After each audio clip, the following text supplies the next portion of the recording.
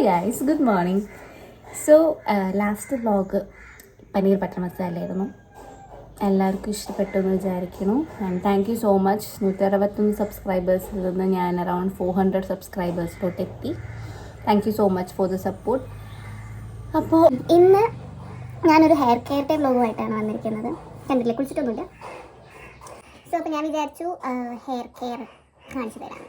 ഹോസ്റ്റലിലായിരുന്നപ്പോൾ മുടി അങ്ങനെ നോക്കാനൊന്നും പറ്റിയില്ല. അല്ലെങ്കിലും ഇല്ല, ഞാനിങ്ങനെ അമ്മങ്ങനെ പറയും, ചിപ്പി ആ മുടിയിൽ താഴ്ന്ന തേക്ക്, ഇത്തിരി എണ്ണ തേക്കി എന്നൊക്കെ പറയും. ഞാനിങ്ങനെ ഇന്ന് വേണ്ട, നാളെ വെട്ടെ എന്ന് പറഞ്ഞിട്ട് ആ ദിവസം ഇന്ന് വരുന്നെത്തി ഗൈസ്. അപ്പോൾ നമ്മളിന്ന് ഹെയർ കെയർ ചെയ്യാൻ പോവുകയാണ്. സോ അതിനായിട്ട് ചെമ്പരത്തി അവിടെ റെഡിയാണ്. ഇനി നമുക്ക് വേണ്ടത് ചെമ്പരത്തിയുടെ ഇലയാണ്. അത് ഞാൻ പോയി പൊട്ടിക്കണം. ആൻഡ് ഉലുവ ഇന്നലെ രാത്രി നമ്മൾ വെള്ളത്തിലൊക്കെ ഇട്ട് വെച്ചിട്ടുണ്ട്. സോ അപ്പോൾ നമുക്കിനി ചെമ്പരത്തിയുടെ ഇല വേണം. അപ്പോൾ നമുക്കത് പോയി പൊട്ടിക്കാം. Come on guys. ഓക്കെ, ലാവ എവിടെ? ഇതല്ലേ, അവിടെ തന്നെ ഞാൻ പൊട്ടിക്കാറ്. ചെമ്പരത്തിയുടെ ഇല പൊട്ടിക്കാൻ നമ്മൾ പാത്രം എടുത്തിട്ടുണ്ടോ?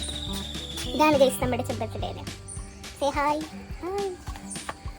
ഇപ്പോൾ കാണാണ്ടോ? ഞാനിത് പൊട്ടിക്കട്ടെ കേട്ടോ. അങ്ങനെ നമ്മുടെ ചെമ്പരത്തിയുടെ എല്ലാം പൊട്ടിച്ചു കഴിഞ്ഞ് ഞാൻ അടുക്കളയിലെത്തിയപ്പോഴാണ് ഇന്നത്തെ ബ്രേക്ക്ഫാസ്റ്റിന് ചപ്പാത്തിയും പീസ് കറിയാണെന്ന് മനസ്സിലാക്കിയത്. അങ്ങനെ ചപ്പാത്തി എല്ലാം ഉണ്ടാക്കി കൊടുത്ത് പീസ് കറി ഒന്ന് ടേസ്റ്റ് ചെയ്തപ്പോൾ പതിവില്ലാണ്ട് പീസ് എല്ലാം നല്ല രീതിക്ക് വെന്തിട്ടുണ്ട്. അപ്പോഴാണ് അമ്മ എനിക്കൊരു ടിപ്പ് പറഞ്ഞത്, ഈ പീസ് നമ്മൾ കുക്കറിൽ വെക്കുമ്പോൾ 2 ബേ ലീവ്സും കൂടെ ആഡ് ചെയ്ത് കഴിഞ്ഞാൽ നല്ല രീതിക്ക് അത് വെന്ത് കിട്ടും. അച്ഛൻ്റെ ഉമ്മറത്തിരുന്ന് ഫോൺ നോക്കുമായിരുന്നു. പിന്നെ അത് അമ്മയുടെ പാട്ട് പെട്ടിയാണ് ഞാനിവിടെ കാണിച്ചുകൊണ്ടിരിക്കുന്നത്, റേഡിയോ. ഇതില്ലാണ്ട് നമുക്കൊന്നും ചെയ്യാൻ പറ്റത്തില്ല. അപ്പോൾ ഇതാ നമ്മുടെ ചെമ്പരത്തി, ഉലുവ, ബാക്കി സാധനങ്ങളൊക്കെ റെഡി ആയിട്ടുണ്ട്. ഇനി നമ്മളത് അരച്ചെടുക്കുന്ന കാഴ്ചയാണ് കണ്ടുകൊണ്ടിരിക്കുന്നത്, നമ്മളല്ല അമ്മ.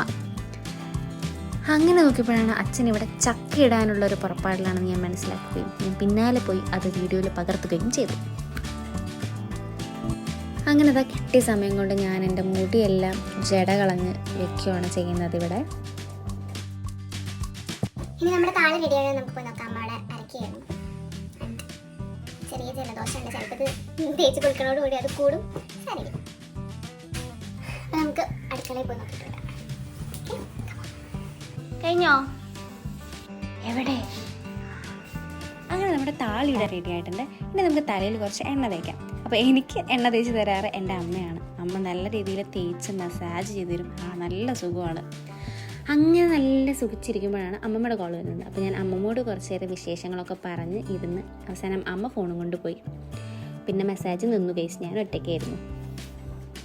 ഞാനൊരു തലയിൽ എണ്ണ വെച്ചിരിക്കാൻ കുറച്ച് നേരമായിട്ട് അമ്മ, ഞാൻ കുറച്ച് അമ്മയ്ക്ക് തേച്ച് കൊടുത്തു.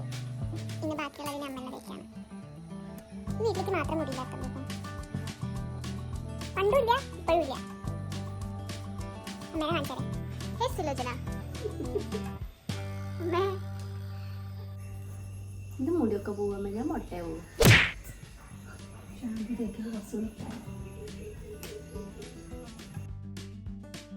അമ്മയ്ക്ക് സമാധാനത്തോടു കൂടി തേക്കണത്ര. ശരി കേട്ടോ, ഞാൻ പോവുക. ഞാൻ കഴിഞ്ഞിട്ട് കാണിച്ചാൽ അമ്മയെ പിടിച്ച് വലിക്കല്ലേ. ശരി, തലയിൽ താളിയൊക്കെ തേച്ചിട്ട് ഫുള്ള് തെറ്റി വെച്ചിട്ടുണ്ട് കേട്ടോ. ഇനി ഒരു 10-20 മിനിറ്റ് ഇങ്ങനെ നടക്കണം. അതുവരെ എനിക്ക് കുറച്ച് പണികളൊക്കെ ചെയ്യാനുള്ളത് കഴിഞ്ഞിട്ട് കുളിച്ച് വൃത്തിയായി നമുക്കിനി കാണാം. ഓക്കെ, അങ്ങനെ അതാ കുളിയൊക്കെ കഴിഞ്ഞ് ഇറങ്ങി മുടി ഉണക്കാനുള്ള തത്രപ്പാടിലാണ് ഞാനിവിടെ. ഞാൻ വീണ്ടും വന്നു. സോ ഞാൻ കണ്ണൊക്കെ എഴുതി പൊട്ടക്കുത്തി സുന്ദരിയതാണ് കേട്ടോ. സോ ഇതാണ് എൻ്റെ മുടിയുടെ അവസ്ഥ. ലേശം ഓയിലാണ്, കാരണം എണ്ണ അത്യാവശ്യം തേച്ചിട്ടുണ്ടായിരുന്നു. പിന്നെ താളിയുള്ളതുകൊണ്ട് വലിയ കുഴപ്പമില്ല. സോ ഇതേ ഉള്ളൂ. ഇതാണ് മുടിയുടെ അവസ്ഥ.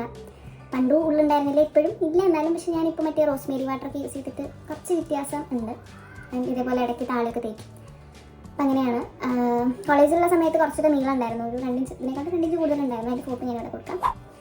പിന്നെ ഞാൻ കോളേജ് കഴിഞ്ഞൊരു സുപ്രഭാതത്തിൽ അതിനെ വെട്ടിമുറിക്കുകയും ഷോൾഡർ ലെങ്ത് ആക്കുകയും ചെയ്തു. അതിൻ്റെ ഫോട്ടോ ഞാൻ ഇവിടെ എവിടെയും കൊടുക്കാം.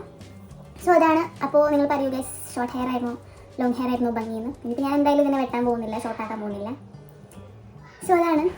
കളർ അടിച്ചിട്ടുണ്ടായിരുന്നു, അതിങ്ങനെ പോയി. ഇപ്പോൾ ബ്ലീച്ച് മാത്രമേ ഉള്ളൂ.